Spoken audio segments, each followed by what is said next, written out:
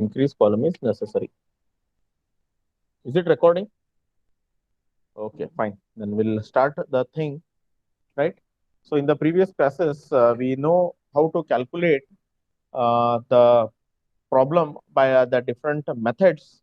Now in this particular class, we'll combine all these problems. Already we have combined it, but still we will combine all the other problems, right? All the problems we are going to combine it, and then we will be solving the problem. Okay. Now, in a single question, all these problems or all the other methods may be asked, or say two methods also they may ask in your main exam. Okay. So now we'll solve the problem, right? Following is the population data of a city available from past census, right? Determine the population of a city in the year 2011 by arithmetic increase method, by geometrical increase method, and incremental increase method, and the decreased growth rate method. In a single problem, right? In a single problem, they have given the single this data, right? Only year and population data they have given, and they are expecting you to solve the problems by all other methods. Okay. Now we will see one by one column we will see, and then we are going to solve the problems. Okay. Now the year and the population, this data will be given to you. Okay. As we have done in the previous class, this data will be given to you. Only this data will be given to you, right? Now, first we need to find out the arithmetical increase method. So we will only concentrate on only this particular column. Okay. Now the population from 1931 to 1941, how much was the increase from 12,000 to 16,500? So 16,500 minus 12,000, we are going to get 4,500. So we are interested in to find out the increase in the population per decade. That is the arithmetic increase method. So 16,500 minus 12,000, we are going to get 4,500. 1951 to 1941, right? 26,800 minus 16,500, 10,300. 1961 to 1951, 1951 population is 26,800 and 41,500, right? So 41,500 minus 26,800, we are going to get this. So similarly, right, we are going to get the corresponding increase in the populations we are going to get in this particular problem. So all these increments, the increment in the population every decade, how much is the increase in the population, right? So we are going to add all this. So 31 to 41 was 40,000, 4,500, 41 to 51, 10,300, 51 to 61, 14,700, 61 to 71, it is 16,000, 71 to 18,000, 10,500, 81 to 91, it is 6,100. So we are going to add all these, right? We are going to do the total, then we are going to get the average, right? How we are going to add the average? Total increase in the population per decade divided by number of decades. How many decades are there? 31 to 41, 1 decade, 41 to 51, 2 decade, 51 to 61, 1 decade, 61 to 71, again, it is 1, 2, 3, 4, 5, and 6 decades. So divided by 6. So I is equal to the average increase in the population per decade is 10,350. So what our formula says according to the average increase method or arithmetic increase method, right? It says is Pn is equal to P plus N by N into I. What is P? P is the last known population or the present known population. It is 74,100. Plus N is how much? From 1991 to 2011, how much is the percentage? How much is the number of decade variation? 91 to 2001 decade, 2001 to 2. 2000. Yes, to 91 to 2001, 1 decade, 2001 to 2011, it is 2 decades. So N is 2. I is how much? The average increase in the population per decade, it is 10,500. So P 74,100 plus 2 into 10,350. So we are going to get it as 94,800. Now, what is geometric increase method says, right? The geometric increase method says that, right, how much is the increase in the percentage increase in the population. So that we are interested in, right? From 91 to 41, 31 to 41, how much was the increase in the population in terms of percentage. Now, increase in the population was 4,500, but if I want to do it in a percentage, how I calculate it? So, increase in the population divided by original population. So, I will get it out over here. So, this is 37.4500 divided by 12,000. So, I will be getting it as 37.5%. Then 10,300 from 41 to 51. How much was the increase in the population? It is 10,300. So 10,300 was the increase in population, but original population was 16,500. So if I do, right, if I do 10,300 divided by 16,500, I will be getting it as 62.42. If I do that, I will be getting it as 62.42. So similarly, increase in population divided by original population. If I do all these things, we have already done this, right? I will be getting it as total as 220.5. Now, how many number of decades are there? Now, increase in the population 1, 2, 3, 4, 5, right? 5 and 1, 2, 3, 4, 5, and here it is 6. Okay, so probably by mistake I have written it as just a minute. I'll look it into it what I have done.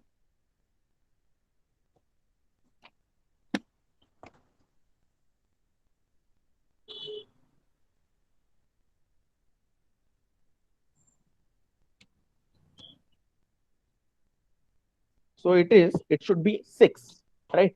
By mistake, I have written it as 5. It should be 6. So if I do 220.55 divided by 6, I will be getting it as 36.76. So the total increase in the population, it should be 6. Okay, here from this I can recognize 1, 2, 3, 4, 5, and 6. So it is not 5. It should be 6. Okay, so here it is average percentage increase per decade is, it is 36.76. Clear? Next is what I should do is, so I will find out the geometric increase method. It says the formula says is Pn is equal to P plus Ig divided by 100. So P is, as we know, it is Ig is the percentage, the average percentage increase per decade. Okay, so 74,100. 1 plus 36.76 divided by 100. Now, N is again it is 2. So, P population in the year 2011, this is according to the arithmetic increase method is 1,38,590. Now, there is a one important thing is overwritten, right? The above computations are based on the value of Ig computed by arithmetic method, right? If, however, geometric method is required, then what I should do is Ig, proper Ig, if I want, what I should do is, right, according to the geometric increase method, last problem, right, while doing this by a geometric increase method, right, I have missed this particular thing. What I have done in the last problem, we have done till this, okay, but we have not considered this. So in this problem, I'm considering that. So above computations are based on the value of Ig computed by arithmetic method. If, however, the geometric method, right, if you want to calculate the population increase by geometric method, then we should use one more formula, that is Ig is equal to Ig1, Ig2, Ig3, 4, 5, 6 till number of decades, right? 1 by n we should have it. So what is Ig1? Ig1 is nothing but this: Ig1, Ig2, Ig3, Ig4, Ig5, Ig6. So this I will multiply with each other and divided by 1 raised to the power n. Now what is n? N is again 2. If I do this, I will be getting it as Ig as 30.54. So if I replace into the previous formula, that is Pn is equal to P into 1 plus Ig divided by 100 raised to the power n, I will be getting the population in the year 2011 as 1,26,272. Now, next is the incremental increase method. Next is the incremental increase method. Next method is incremental increase method. Now, incremental increase method, what I should do? Incremental increase is, it is 5,000 again. Increase, the population is increasing, right, per decade. But to what extent it is increasing, that I need to write it by having the incremental increase column. The difference, right, in between the increase in population per decade, that I will be reducing it, and I will be getting how much is the increment, right, that is happening in the increasing population. So it is 10,300 minus 5,800, right? Then 14,700 minus 10,300, 4,400. Then 16,000 minus 14,700, 1,300. 10,500 minus 16,000, 5,500 minus, right, 6,100 minus. So I will be getting this as total as it is 1,600. So how many decades? 1, 2, 3, 4, 5. So 5 decades I will be getting it, and I will be getting the value R.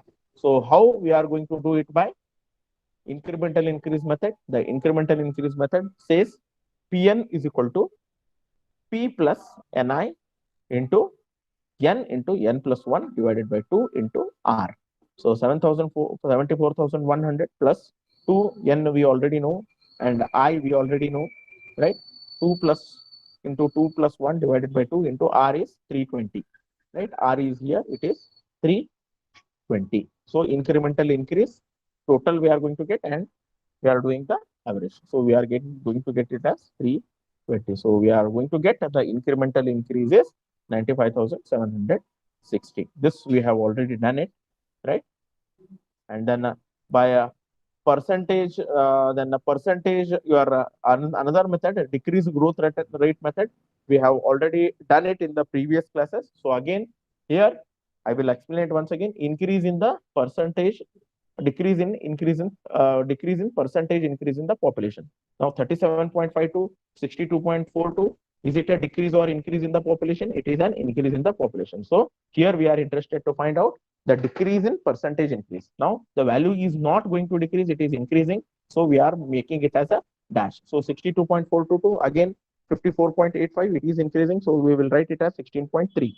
So again 38.55 to 18.26, it is 20.24. So here we are going to again see how much is the total, right? How much is the total? That is decrease in percentage increase in the population is 13.336. We are going to get it as. Then again, as we have solved the problem in the previous class, right? As we have solved the problem in the previous class.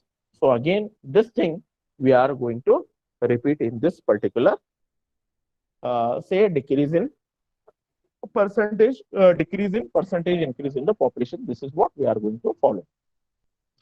I hope the thing is clear. Yes.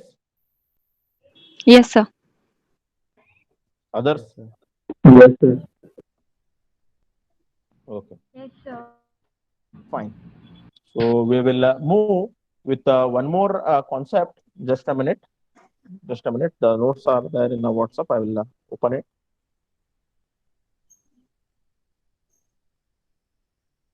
Right. So I hope that the things are clear to you. The problems are clear to you. We need to solve one more problem, right? We need to solve.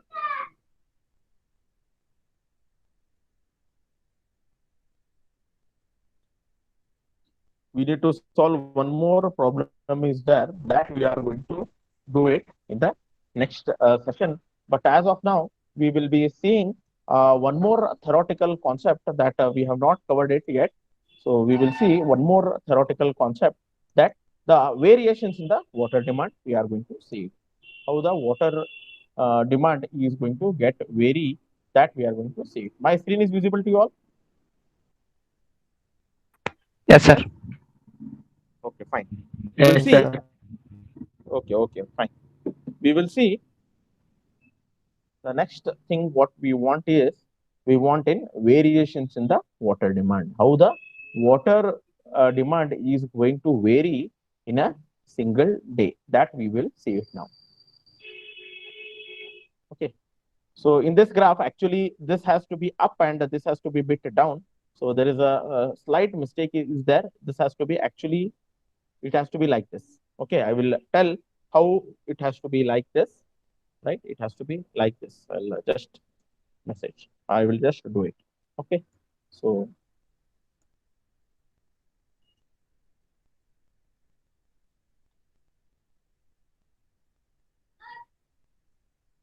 Okay, so I'll explain what is this. Now we are interested in variations in the demand of water. I hope the screen is visible to you. Now, is the water requirement in a day, is it will be same throughout the day? The water requirement, the water what we want, is it constant throughout the day? No, sir. No, sir. No. How it is going to vary? How it is going to vary? Season wise. No. In a day, I'm asking, not season wise or not for a year. I'm asking for a day. How the water demand is going to vary in a day? What kind of an activities you are going to do in a day? Morning, what activities you do, and how your water demand is going to vary? Yes. Can anybody?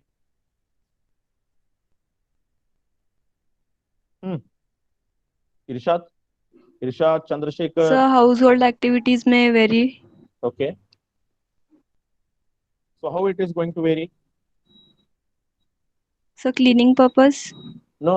I'm asking you how the water requirement in a day, right? How it is going to vary? When your water requirement will be high? Morning.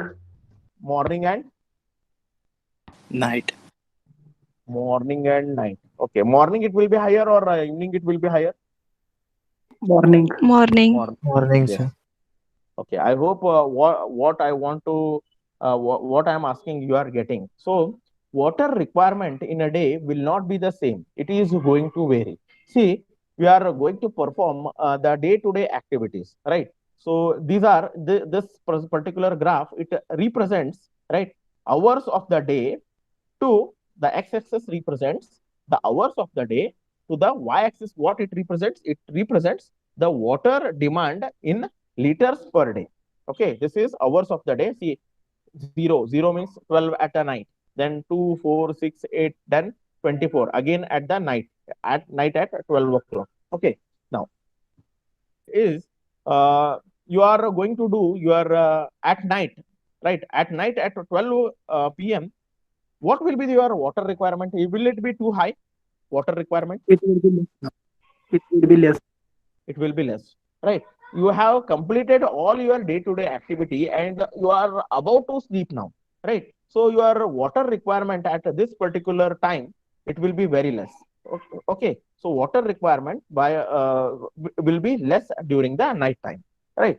As say morning 4 or say here 4 o'clock it is going to happen, your water requirement, right?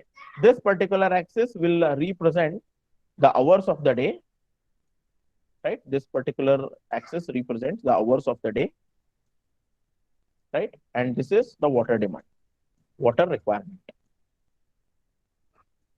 Okay, so it is water requirement. So now what happens, right? During night, you will be when you are about to sleep, right? You require very less amount of water. So morning 4 o'clock, what will happen is you will get up, you will freshen up yourself, right? So your water requirement will be increasing slowly. Then you will be going for a bath.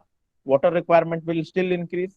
Then again, all the family members in a house are going to get up, and then they will do their day-to-day activities. And when it will reach around 8 to 10, say it will be in a peak, right? It will be in a peak, right? At around say in between 11 to 12. Okay, it will be the water requirement will be there in a peak, right? In between 12 a.m. to 11 a.m. to 12 p.m. Okay. Why is all the washing activities, washing of the clothes, washing the house washing, right? Washing of the utensil, right? All these things will be going normally during this particular time, and it may vary from house to house. But if you consider generally, right, the water requirement will be more high during this particular time. Now, after 12 or 1 o'clock, say we will consider this activity, all these activities will be going from 11 to 2, right? Now, after 11 to 2 p.m., 11 a.m. to 2 p.m., again your water requirement will come down because all the say preparation of the food, again washing, all these things will be nearly it will be finished during the 2 p.m. Right. So again, the water requirement is again it is going to come down. Right. Again, when you people return from the college, or say the people who are going to the offices and all, right, they will be again returning back to their houses, right, and again during their evening time, right, is during evening time, again the water requirement will be slightly again to increase, right. So somewhere around, say, 4 after 4 o'clock onwards, right, after 4 o'clock onwards, the water requirement will again it is going to increase. But normally it will not be so high as in this particular diagram. It is showing this particular peak at the lower side, and this is at a higher side, right. So normally the morning session will be, the water requirement will be high, right, than the evening time. For some houses, those who don't do the morning time, all the cleaning and all, for them probably it is correct. But normally, what will happen? This diagram, the water, how the water variation demand, normally this graph is going to fulfill for almost all the houses. There will be some exceptions. So, by leaving those exceptions, this is how the water demand graph will follow. So this is how again during evening time the people will come and they will take a bath, they will freshen up themselves, and again preparation of some snacks, food, all these things it is going on. And again, if anything is left out during the daytime cleaning, that again they will be doing it during the evening hours. But normally the water requirement during the evening time will be very less as compared to the morning time. So again, water requirement is going to, again it is going to decrease at the end, right. Again you will be taking food, again having the different activities, again the water requirement will decrease during your night time. So this is what it is going to happen when you are this is how the water variation is going to vary in a day. Is it clear? This is how this is very important question for your examination point of view. They may ask you the question with the neat sketch, explain the variation in the water demand, they may ask. Okay, so this particular thing that you need to remember when you are going to when you are going for the examination. So in today's class we have discussed regarding the variations in the water demand, as well as we have seen what are the how we can solve the problem by using the different aspects. Okay, now today we will also see what are the factors which is going to be responsible, right? What are the factors which is going to be responsible in the water demand? Okay, we will see some of the factors that are going to be responsible. Just a minute, we will start. We will cover that also, right? So.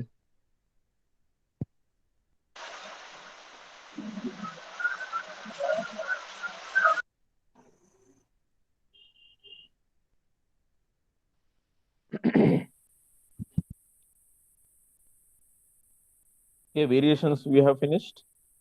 Okay, factors governing the design. What is design period, that we are going to cover in the next class. Now we will see. We have left out one important aspect from the population forecasting, right? So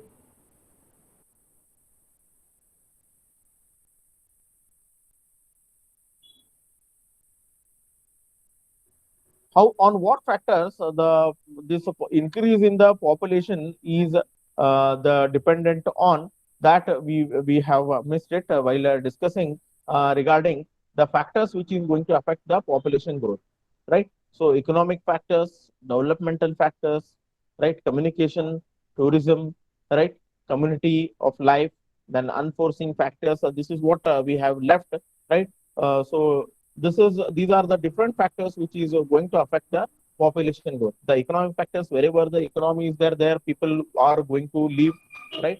The developmental factors, such as wherever the developmental projects are there, developmental projects means more amount of employment, creativity, right? So there the people will start to move. So it is also one of the factor why the population will growth will occur during in these particular places. Then social facilities, wherever more social facilities like education, medical, recreational activities, it is there.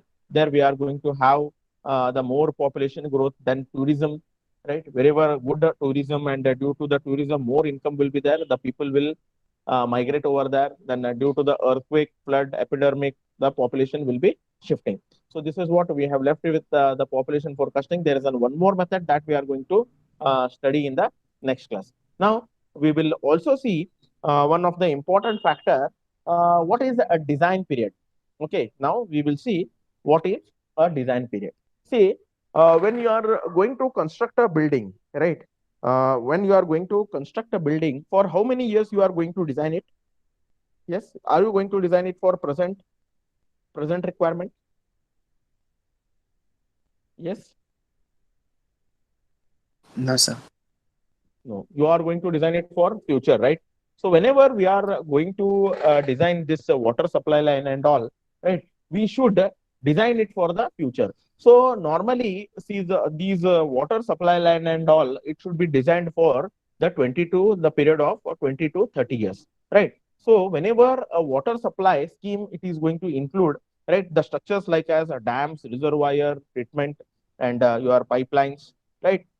All it is going to include. See, if we don't design it for the next upcoming, say upcoming years, then if we design it for the present requirement, then whatever the investment what we have done for the having all those setups, that will be turned into waste. Because again, after 1 year, might be now 100 people are there. If I after say 2 years or 3 years, might be the population may increase for 150. If I designed it for 100 people, then it cannot serve for 150. This is a small example what I'm giving. The population will be, when we are going to design the water supply line and all, it will be in terms of lakhs, right? So if we design it for a restricted population or a restricted the people, then it is going to be converted into a huge loss, because we cannot change the system even over a period of a time. There is a huge investment is involved in all designing all these things.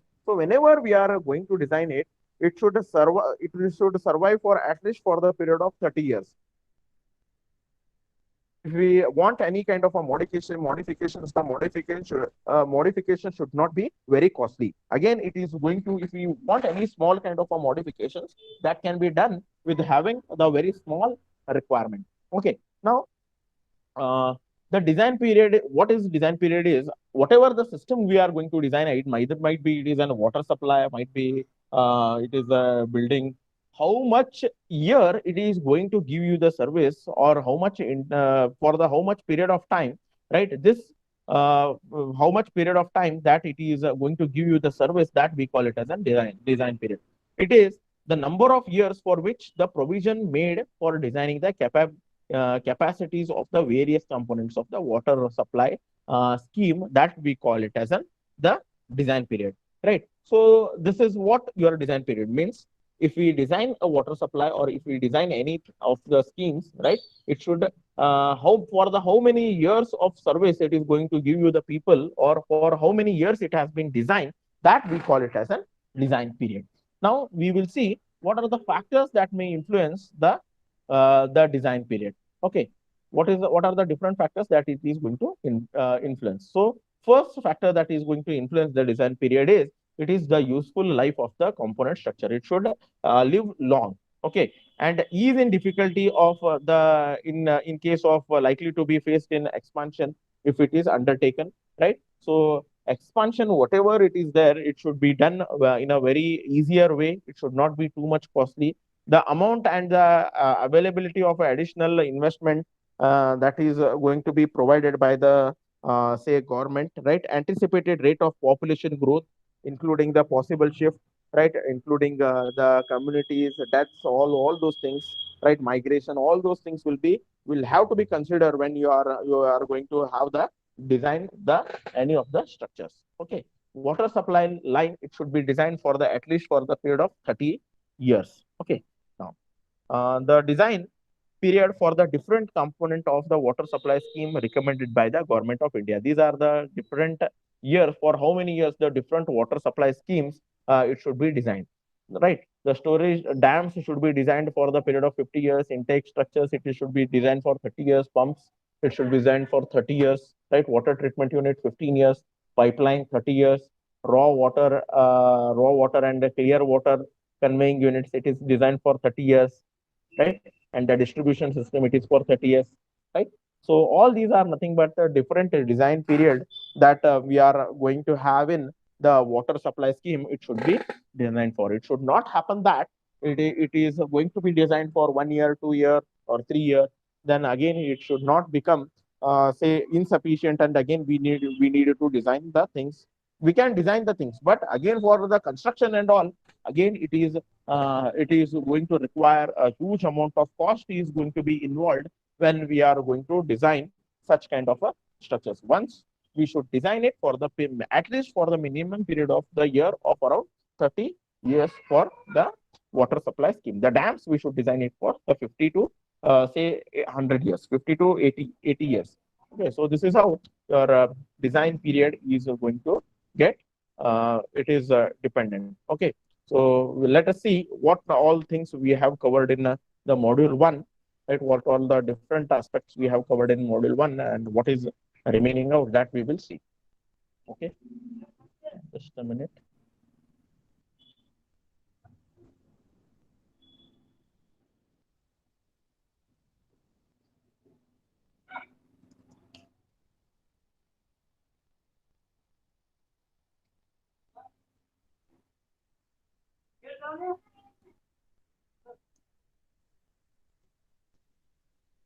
Yes. So we have covered need for protected water supply, demand of water we have covered, the types of water demand in that domestic, industrial, institutional, right? We have covered it. Public use we have covered it. Demand, fire demand estimation we have done it. Factors affecting per capita demand we have covered it. Variations in the water demand we have covered it. Now design period and the factors governing design period we have covered it, and methods of population forecasting and numerical problems.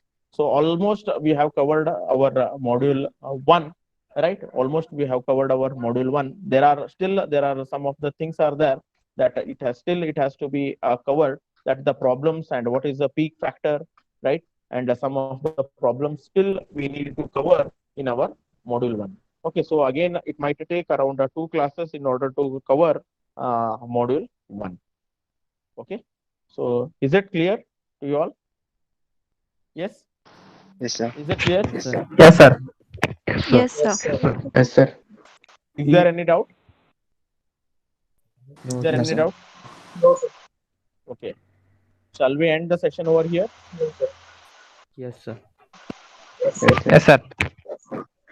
Okay. Are you happy with the way it is going on? Yes, sir. Yes, sir. Are you happy with the way of teaching or anything that the improvement is required? No, sir. Okay, fine. Okay. So we will end the session over here, right? Thank you.